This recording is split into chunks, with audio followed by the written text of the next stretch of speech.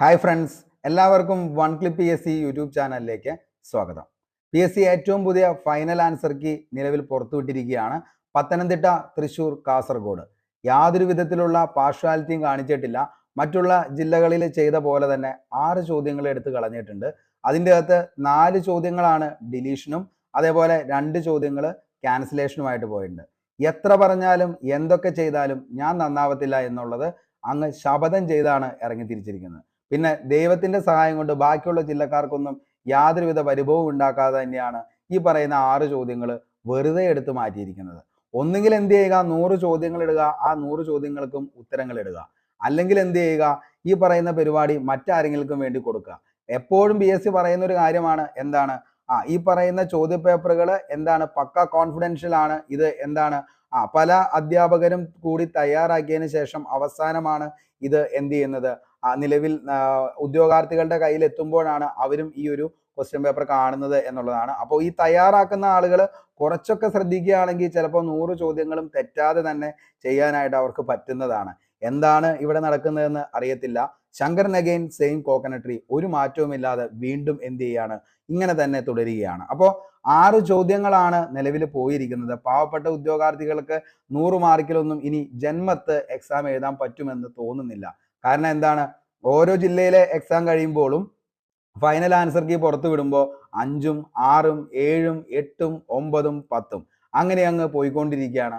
ദൈവത്തിന്റെ സഹായം കൊണ്ട് എന്താണ്, നിലവിൽ എന്തൊക്കെ രീതിയിൽ ക്വസ്റ്റ്യന്റെ നിലവിലെ ഡിലീഷനും വന്നാലും ആൻസർ ചേഞ്ച് വന്നാലും കട്ട് ഓഫിന്റെ കാര്യത്തിൽ മാത്രം യാതൊരു പ്രശ്നവുമില്ല. കറക്റ്റായിട്ട് എന്ത് ചെയ്യുന്നുണ്ട്, കട്ട് ഓഫ് കൂടി തന്നെ പോകുന്നുണ്ട്. അപ്പോൾ നമുക്ക് നോക്കാം ഇന്നത്തെ ഈ ഒരു ക്വസ്റ്റ്യൻ പേപ്പർ നമ്മൾ എടുത്തു നോക്കിക്കഴിഞ്ഞാൽ category code 503/2023, question paper code 117/2024 ആണ്. പല ഉദ്യോഗാർത്ഥികളും കറക്റ്റായിട്ട് മാർക്കൊക്കെ കൂട്ടി ഉറപ്പായും ലിസ്റ്റിൽ വരും എന്നുള്ള പ്രതീക്ഷയൊക്കെ ആയിട്ട് ഇരിക്കുന്ന ഈ ഒരു സമയത്താണ് ഇങ്ങനത്തെ വൻ ട്രാജഡി നടക്കുന്നത്. ഒന്നാമത്തെ ചോദ്യം എന്ന് പറയുന്നത് 16ാമത്തെ ചോദ്യമാണ് ഡിലീഷൻ പോയിരിക്കുന്നത്.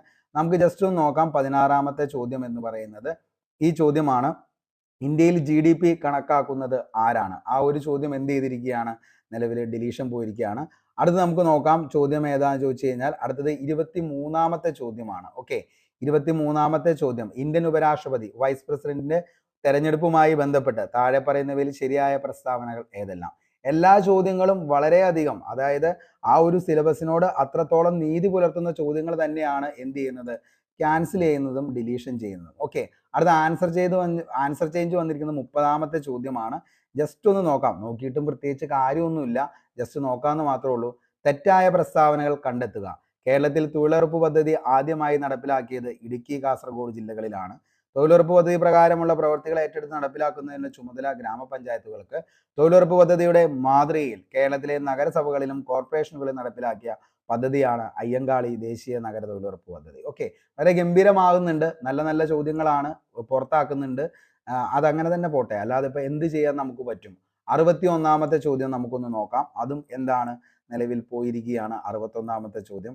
എന്ത് കഷ്ടമാണെന്നാണ് തോന്നുന്നത്. കാരണം ഇത്രയും കഷ്ടപ്പെട്ട് ഉദ്യോഗാർത്ഥികൾ എന്ത് ചെയ്യുന്നു, പഠിച്ച് എക്സാം എഴുതുന്നു. അത് കഴിഞ്ഞിട്ട് എന്ത് ചെയ്യുന്നു, ഇതിന്റെ ക്വസ്റ്റ്യൻ പേപ്പർ എല്ലാം എന്താണ്, ഒരു പ്രൊവിഷണൽ ആൻസർ കീ വരുന്നു. എല്ലാവരും മാർക്കൊക്കെ കൂട്ടി വളരെയധികം പ്രതീക്ഷയോടെ നമ്മുടെ ബന്ധുക്കളോടും അതേപോലെ തന്നെ എന്താണ്, കൂട്ടുകാരോടൊക്കെ പറഞ്ഞ് ലിസ്റ്റിൽ വരുമെന്ന പ്രതീക്ഷയുമായിരിക്കുന്നു. ഒരു സുപ്രഭാതത്തിൽ എന്ത് ചെയ്യുന്നു, ഫൈനൽ ആൻസർ കീ പുറത്തു വിടുന്നു. അതിൻ്റെ അകത്ത് എന്ത് ചെയ്യുന്നു, ഒരു പ്രശ്നവുമില്ലാത്ത കുറെ ചോദ്യങ്ങൾ എന്ത് ചെയ്യുന്നു, ഡിലീഷൻ ചെയ്യുന്നു, പിന്നെ ക്യാൻസൽ ചെയ്യുന്നു.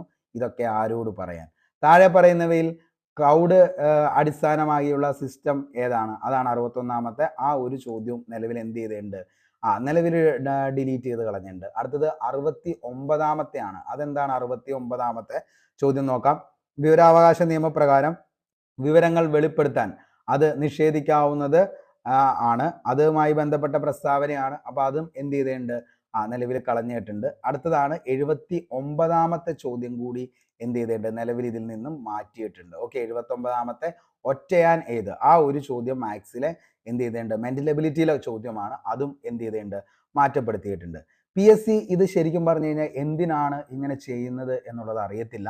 കാരണം ഓരോ എക്സാം കഴിയുമ്പോഴും ആദ്യം തന്നെ പ്രൊവിഷണൽ കീ വിടുന്നു. അതിനുശേഷം എന്ത് ചെയ്യുന്നു, ഫൈനൽ ആൻസർ കീ വരുമ്പോൾ അതിൽ നിന്നും തികച്ചും എന്താണ് വിരോധാഭാസം എന്ന് പറഞ്ഞ പോലെ തന്നെ കുറേ ചോദ്യങ്ങൾ ഡിലീറ്റ്, കുറച്ച് ചോദ്യങ്ങൾ ആൻസർ ചേഞ്ച്, അങ്ങനെ എല്ലാ എക്സാമുകളും ഇതിപ്പോൾ ഒരു പ്രാവശ്യം ഇങ്ങനെ തെറ്റുപറ്റി, 2 പ്രാവശ്യം തെറ്റുപറ്റി, അങ്ങനെയല്ല. ഇതെന്താണ്, ഇത് ഒരു ട്രെൻഡായിട്ട് മാറിയിരിക്കുകയാണ്. നമ്മൾ ഈ പറയും പോലെ നമ്മൾ പറയാറുണ്ട് SCRT ട്രെൻഡ്, NCRT ട്രെൻഡ്, അതേപോലെ തന്നെ എന്താണ് റാങ്ക് മേക്കിംഗ് ചോദ്യങ്ങളുടെ എന്താണ് ട്രെൻഡ്. അപ്പൊ അതേപോലെ തന്നെ എന്ത് ചെയ്തിരിക്കുകയാണ്, ഇതും എന്താണ് ഇങ്ങനെ ട്രെൻഡാക്കി മാറ്റുകയാണ് എന്നാണ് എനിക്ക് തോന്നുന്നത്. കാരണം ഓരോ തവണയും ഇത് എത്രയൊക്കെ പറഞ്ഞ് ഏതൊക്കെ ലെവലിൽ അവരുടെ അടുത്ത് പറഞ്ഞാലും അതെല്ലാം എന്താണ് വീണ്ടും വീണ്ടും എന്ത് ചെയ്തുകൊണ്ടിരിക്കുകയാണ്, റിപ്പീറ്റ് ചെയ്തുകൊണ്ടിരിക്കുകയാണ്. ജസ്റ്റ് ഒന്ന് പറഞ്ഞു എന്ന് മാത്രമുള്ള ഉദ്യോഗാർത്ഥികൾ ഒത്തിരിയധികം സങ്കടത്തോടു കൂടി തന്നെയാണ് ഇത് പറയുന്നത്. പക്ഷേ ശരിക്കും ഇത് ഇങ്ങനെയൊക്കെ മാത്രം പ്രതികരിച്ചിട്ടൊന്നും ഒരു കാര്യവുമില്ല എന്നറിയാം. പക്ഷേ ജസ്റ്റ് ഒന്ന് നിങ്ങളെ അറിയിച്ചു എന്ന് മാത്രമേ ഉള്ളൂ.